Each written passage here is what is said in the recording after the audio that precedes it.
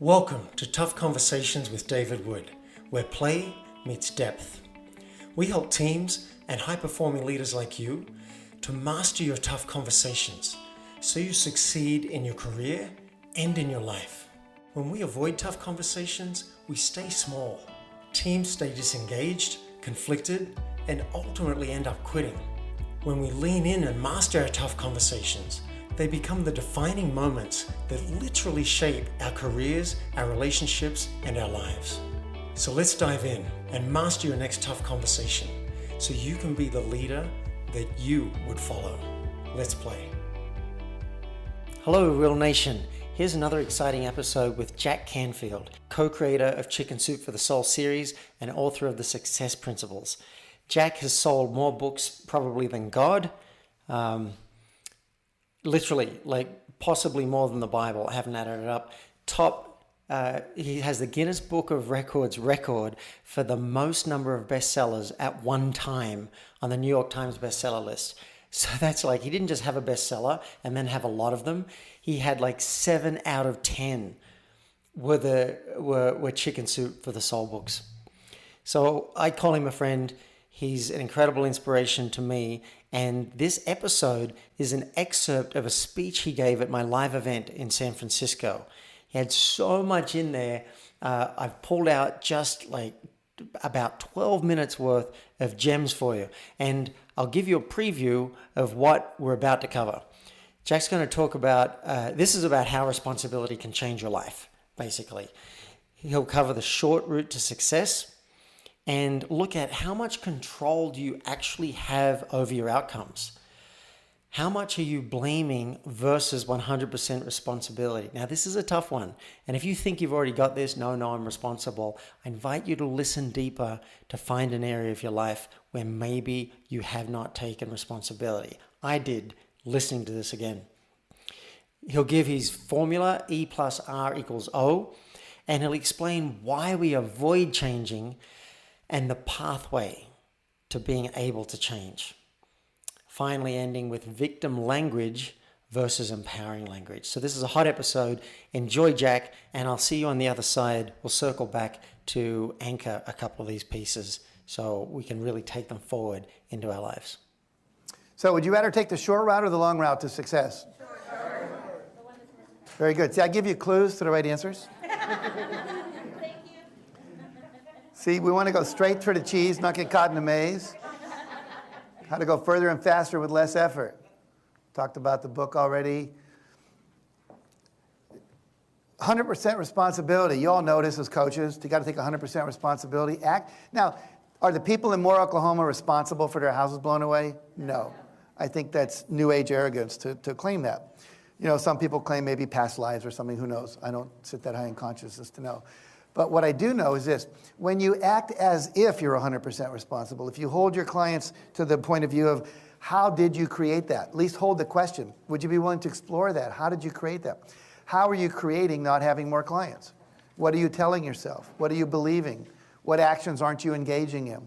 How are you promoting it indirectly, or how are you allowing it to continue? You know, battered women are somewhat victims, but they keep going back to the same man, often buying them the alcohol that they get drunk with that then beat them. So we have to take a look at that stuff. It's not comfortable, but we need to take 100% responsibility.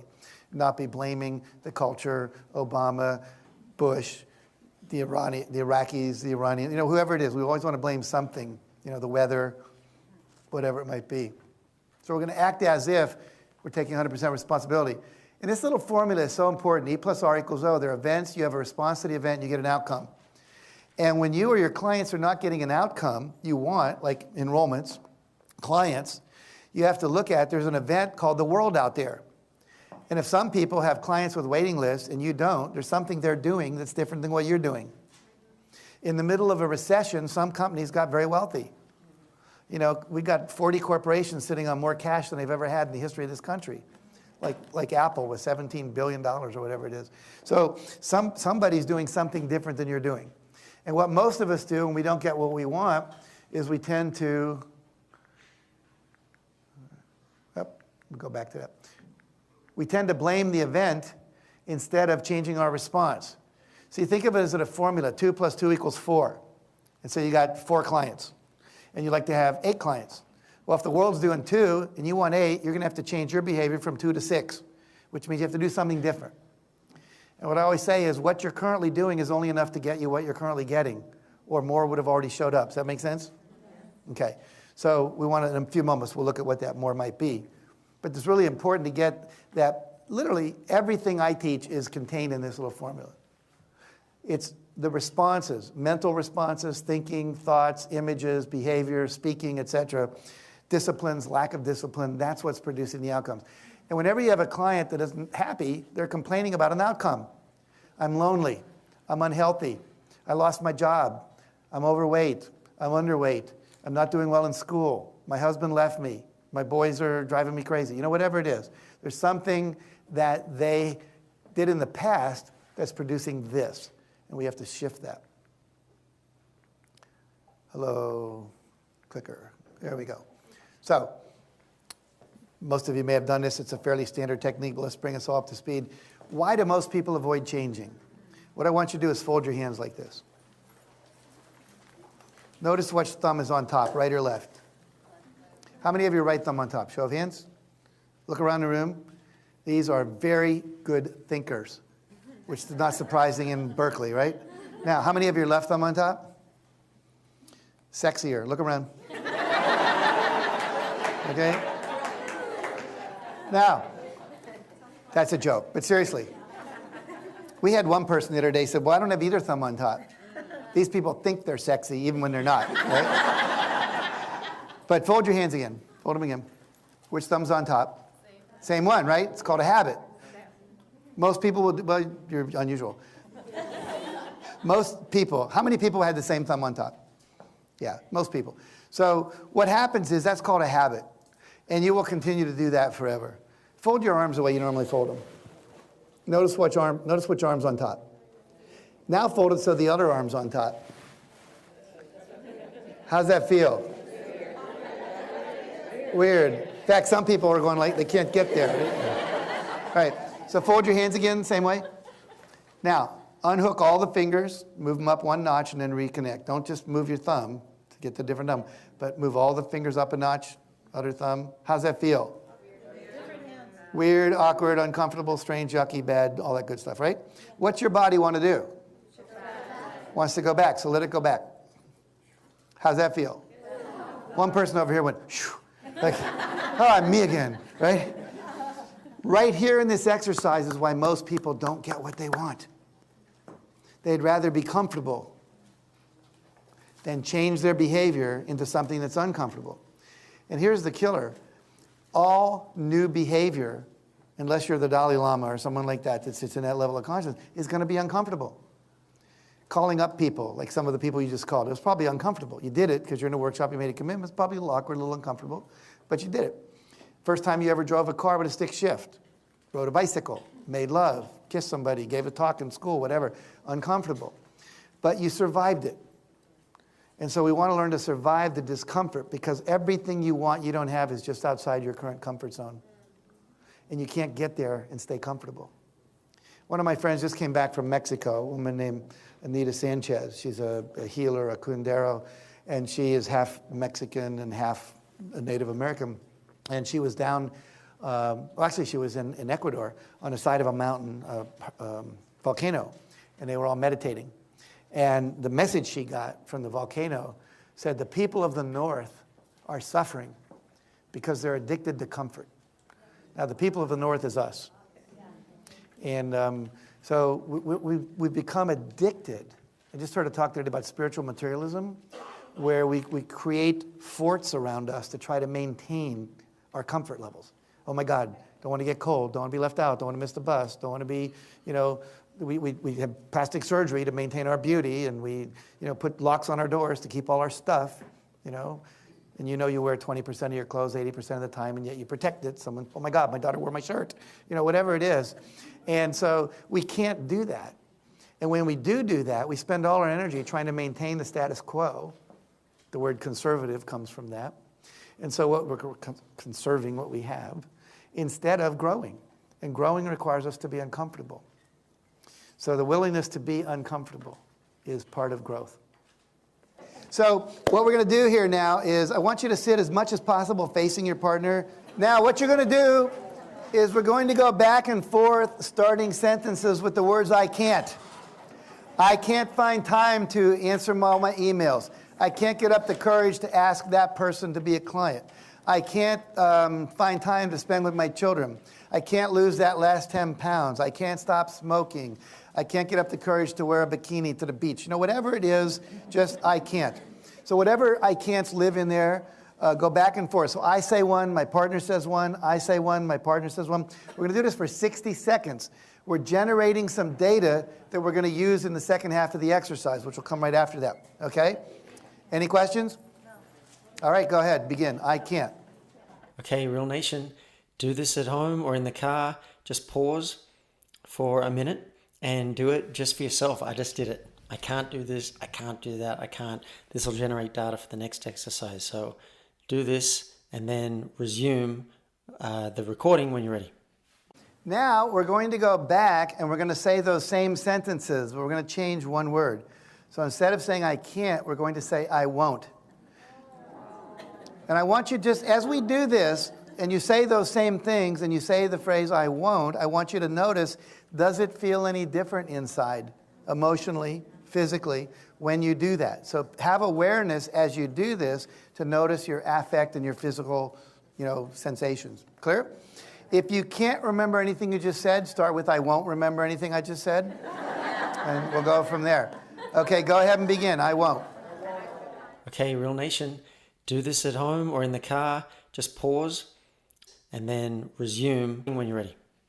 And so there is a language of victims and a language of empowerment. We don't have time to go into all that today, but the word try, the word have to, I have to, there are no have tos, there are choose tos.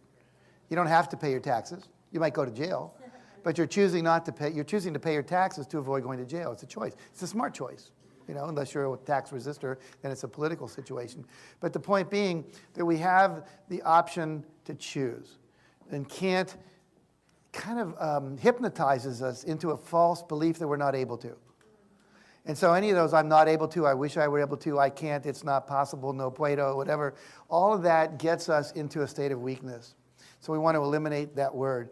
In our company, if you use those words in a meeting or whatever, it's a $2 fine right on the spot. And in my workshops, which I do, Juliana's taken one, I know in the front row here, and she's seen us do this, $2 fine. And if people make excuses, if people blame anybody, all these things, and we're not trying to punish people, but heighten our awareness. Because when you're doing things that are self-destructive, but you're not aware of it, you'll just keep doing them. And so we want to start becoming aware of that. So one of the things you can do for each other over the next couple of days, if you hear people using language of irresponsibility, call them on it. Out of love.